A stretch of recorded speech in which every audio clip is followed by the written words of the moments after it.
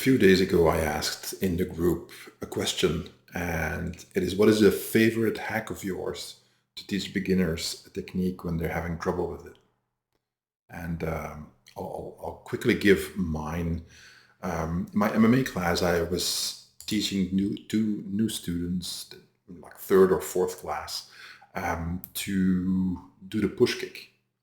Now, very often, a lot of people do that wrong in the beginning because they don't do it correctly with the way they move their knees, the way they recover the kick, and so on. So, what I typically do is I teach them the straight knee first. So, that teaches them to pick up their knee and drive from the knee, going straight forward into the target, as opposed to swinging the knee up like you would for instance, in close quarters, a knee to the groin. The straight knee is aimed towards the stomach, and it's like a straight punch to the body, but then done with the knee. So the mechanics are different. What you do is you drive from your hips. You have to pivot a certain way on the ball of your foot, which allows your hips to move forward and so on. You have to counterbalance with your upper body and make sure that you can recover from the knee strike effectively, as opposed to falling forward into the opponent. You actually need to be able to do both, meaning you need to be able to step forward and end up in balance after doing such a knee, for instance, when you knock the guy back, or you also need to be able to recover for the cases where you don't want to go forward for a variety of reasons. So I start them by teaching first that you need to be able to do a proper knee technique, and then you need to recover into your fighting stance by bringing your striking leg back, not falling forward, but back. The reason why I do that is that it's easier for the students to then learn how to do a proper push kick if they already know how to do a straight knee, because the mechanics are relatively similar for the first part of the kick, meaning you're going to pick up your knee and drive from your hips as you extend your knee to strike with the push kick. There are variations, there are different styles of doing that kick, but the way I teach it is learn those mechanics first, and then you can do different variations later. So this is a principle that I use in my teaching. It's called teaching hierarchy or progressive hierarchy, meaning that certain things have to go first so that in both the short, medium, and long term, the student makes the fastest possible progress. Now, this is after many, many years of training that I developed my own way of doing certain things in the curriculum that I teach. Can't speak for anybody else, but the way I teach, that works quite well. For instance, and I'll get back to the push kick right away, but for instance, when I teach my MMA class, I teach the students the basic drill number 1 first. It's comprised of 9 components, 3 times 3, and it shows most of the basic striking techniques and 2 fundamental blocks. It's a jab, cross, lead, hook, block right, left, lead, hook again, and then overhand right, block left, right hook, left uppercut, step back, done. I have students doing that in one class with relative proficiency, meaning is that they can remember to do the sequence correctly, and even though their punches and blocks aren't perfect, they can do that correctly to a degree that we have a base to build on. Now, by the time they get to that left uppercut, they've done the jab and the cross and the lead hook dozens and dozens and dozens of times, if not hundreds of times, depending on how intense they train. So that means that progress is very rapid. Now, I could teach them differently, but I know that if I teach that drill and then we break the drill apart to do many different exercises with it, we then add knee strikes. And that's what I was teaching these 2 new students, the knee strike and the push kick, because that comes next. After you can do the basic punching drill, we add knee and kicking techniques into the drill for a variety of reasons. The main reason, aside from simply doing basics and learning techniques and so on, is creating good habits, meaning you start from an on-guard position. Whenever you're done, you go back to an on-guard position, and at first you step back to break the distance, break bring the distance from the opponent so you're no longer in striking range. Afterwards, that becomes not just stepping back, but pivoting, sidestepping, clinching, and a lot more. What students find then is that when they get good at the basic drill, and we've got a bunch of basic drills, they can later on, when I show them, I wouldn't necessarily call it more advanced things, but things they haven't seen yet, and ideas, principles, concept was what I wanted to say, but also tactics that when I can, for the first time, show them to those, I can point back to the basic drill and see, you already learned it in the basic drill. This is what it is in application. And then they understand better. For instance, symmetrical and asymmetrical movement is something that we teach on a fundamental level in the basic drill. They don't know that until I point it out to them later. And then later, when we do techniques and they make very common mistakes, then I can point it out, look, this is why you're making that mistake. You're doing this. You're using symmetrical movement, but you're supposed to be using asymmetrical movement, and vice versa. And you know this from the drill, remember? And then I show them the drill. That's what you're doing. So it helps with, again, short, medium, and long-term learning if I can structure things in such a way that I can help the students along. So this isn't necessarily a hack per se, but this is more along the lines of creating a curriculum in a way that everything builds on what you learned before, and try to go as fast as you can in the learning process without skipping steps. That is equally important. It's not just about learning fast, it's also about not skipping steps. Because otherwise you end up in dead-end streets, technically speaking, and they have to relearn stuff. So that is an aside back to that push kick. I showed them the knee. They were doing reasonably well. I said, look, now we're going to do the push kick. I showed them the push kick, and they did it okay, but obviously with the most common mistakes showing up, dropping the leg forward, not retracting the knee after the kick, not driving from the hips correctly, and so on. Because one of the students had a karate background. He was doing maigeri, so the Japanese style front kick, more or less, and that's not what we were doing. So I said, look, it's not wrong what you're doing, but this is a different technique. Gave them some tips, still didn't work. Okay. I said, look, let's do it this way. I put them face to face with the wall and placed them in the almost end position of the push kick. So imagine that you're doing a push kick, and it's deep for the Muay Thai guys out there. And just as you land with your foot on the stomach of the opponent, what you'll have is that you will have your striking leg, the knee will be a little bit bent still, not fully extended.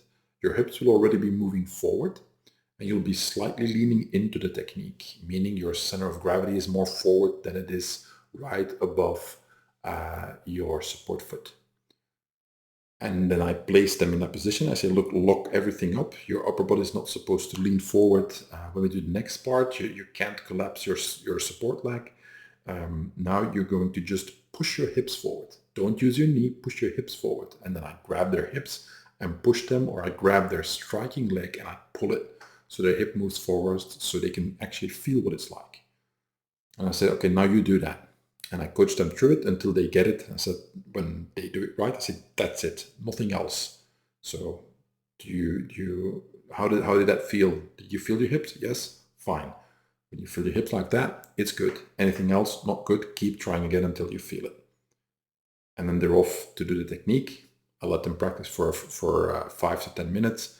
I come back. I said, do the same thing now against your partner, who is holding one of his boxing gloves against his stomach, and he catches the foot underneath with the other one. Place him in the same position, pause, and then drive from the hips again. And this time, obviously, it worked a lot better. Have them practice that, and eventually they get to the point where they can do a regular push kick relatively quickly in one class, in, let's say, a 20 to 30 minute period that of very focused and very deliberate practice, focusing on specific things. Now, the hack that I use for teaching is putting them in end range, meaning the end of the range of the kick is making sure that they get that right. And if they can get that right, they know where they have to end up. How they have to get there is something that tends to take care of itself a little bit, or at the very least takes care of itself a lot easier if they know where they have to end up. So, and that is a hack that I use, and you can use it for many different things. For instance, when I teach a right cross, I show the same thing, put them in the end position of the cross, and then correct all the things. Make sure that the back foot has the heel raised, that they're on the ball of the foot, they're not leaning on the tip of the toes. Bend the back knee correctly, rotate the hip forward, rotate the shoulder forward, align the punch with the elbow, shoulder, and so on. Get all that stuff aligned. And I have them hold that position. And I said, look, tighten up your muscles a little bit. And then I push into their fists of the striking hand. So the right cross, that's going to be the right fist. I just start pushing into it. And I say, do you feel it in the back of your right foot? You should feel it in your toes. And they say, yes, I do. So, okay, this is the kinetic chain.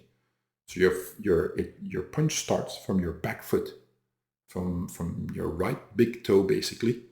And you're going to have to make sure you connect all these things by turning, twisting, rotating, moving all these components that I just corrected so that they all coordinate correctly and you line up everything and you end up in this position that I'm making you feel right now. And if you can do that fast, you're going to have a really good punch without having to exert enormous amounts of physical energy like muscular contraction. You can be relatively relaxed even, and if you just coordinate it well and rotate well, you'll have a pretty decent punch very quickly, let alone when you really try to hit hard and become very explosive. So this is another hack that I use. Just put people in the end position and then stress test it. Put some pressure on it. Doesn't work with everything, but with certain techniques it works quite well. So that's a different hack. Why are these hacks important? Well, everybody learns differently. So you've got some students that will learn very easily in a certain manner, and others it'll be very different. There's some students you have a really hard time reaching. I've been teaching for a very long time. I've been teaching basically for 30 plus years. And I've had the opportunity, obviously, to meet hundreds and thousands of students over the years and teach group classes, private classes, one-on-one, seminars, and so on. So I'm in a fortunate position that I've been able to test a lot of these hacks for my curriculum, for what I teach. It doesn't necessarily work for everybody, and you're going to have to figure things out, what works for you. But this way, with this mere concept of how can I hack the learning process a little bit, it can speed things up for your students, but also for yourself. If you're listening to this or watching it on YouTube, and you are having trouble with a certain technique, okay, try some of these hacks. So that was mine. And again, James said something similar. Just put somebody in the finishing position of a posture and then work backwards to the starting point, which is similar but actually different. Is you put them in the end position, and instead of just pointing out like you have to get there, just then work on all the steps that come before that. Okay, what do you do right before you get there? Let's say it's a punch. Okay, pull back the punch, I don't know, a few inches. How does your body move to pull it back, and so on? Reverse direction again, extend the punch and finish it. And just basically reverse engineering where the whole punch that way. So that's also a great way to teach. What I found is that it depends a little bit on students having the coordination to be able to do that. There will be students who just don't have great coordination, and they tend to have trouble with this kind of approach. Students with good coordination often understand that much better because they're more comfortable with their own bodies. Students with bad coordination, I often call it that they're strangers in their own bodies. It's like they're inhabiting a body that is not entirely theirs. They have trouble coordinating it. From what I've read about the science, the recent science of this is that it's just their nervous system, the way it works, their brain, and so on. It's not their fault. They can't help it. They're trying. It's just that the hard and software that they're using, basically, if to run their body is not as performant as that of other people when it comes to coordination. Doesn't mean they can't learn. Um, it just means that they're going to have to work a whole lot harder, and it's going to be an uphill battle. So that's another neat trick that I liked. And something that Brian said that I liked also is that you break movements down to relationships between body parts. I'm just quoting here. So instead of saying the right hand does this, the left hand does that, I talk about the relationship between the hands. And that kind of reduces the mental power that you have to use to coordinate both limbs at the same time. So that it makes it a little bit easier. So for instance, both hands circling in the same direction, but one hand makes a big circle and the other one makes a smaller one. So it's relatively easy to coordinate if you start focusing on what are both hands doing. They're both turning in the same direction in a circle. Okay, then making one circle smaller than the other one is not that big a deal, as opposed to trying to look at both hands as separate from each other. Whereas when you look at this is how they work together, they're going in the same direction. They're following a similar movement, only one is smaller, one is big. It's relatively easy for many students to understand that. All that said, again, we get back to the students who are strangers in their own bodies, is that I've had many students who had pretty much trouble distinguishing left from right. Not that they didn't understand the concept, it's just that, again, their bodies are strangers to them more or less, and they have a difficulty just when you say left, just making their body obey, like, okay, it's the left hand that needs to do this thing now. So that's always a limitation of anything you do. Now, there were a few more, so I'll put a link in the description of this video about the question that I asked for hacks in training. Overall, I would suggest that in your own practice, take a look at where you can just speed things up if you just apply a slightly different method of learning things. We all fall into a habit of learning and training the way that we learned early on very often. But also if you are training with the same teacher for a long time, every teacher has his preference. So they will have a certain way of teaching, and maybe there's this little tweak that you can add to what your teacher's showing you that helps you learn faster. Not necessarily that whatever he teaches, not so much that his method is not good enough. It's just that maybe for you personally, there's something that you can add to it that will speed everything along and make it so much easier for you to learn things. What I found also is that the mere act of thinking about your training that way, of trying to look for ways to improve, tends to be something that yields results by default. Meaning, by looking at how can I do this better, how can I learn this quicker, easier, and also get long-term good results. Just by doing that exercise, you often discover things you didn't think of if you're just repeating what your teacher says and just do whatever he says and keep doing it that way and nothing else.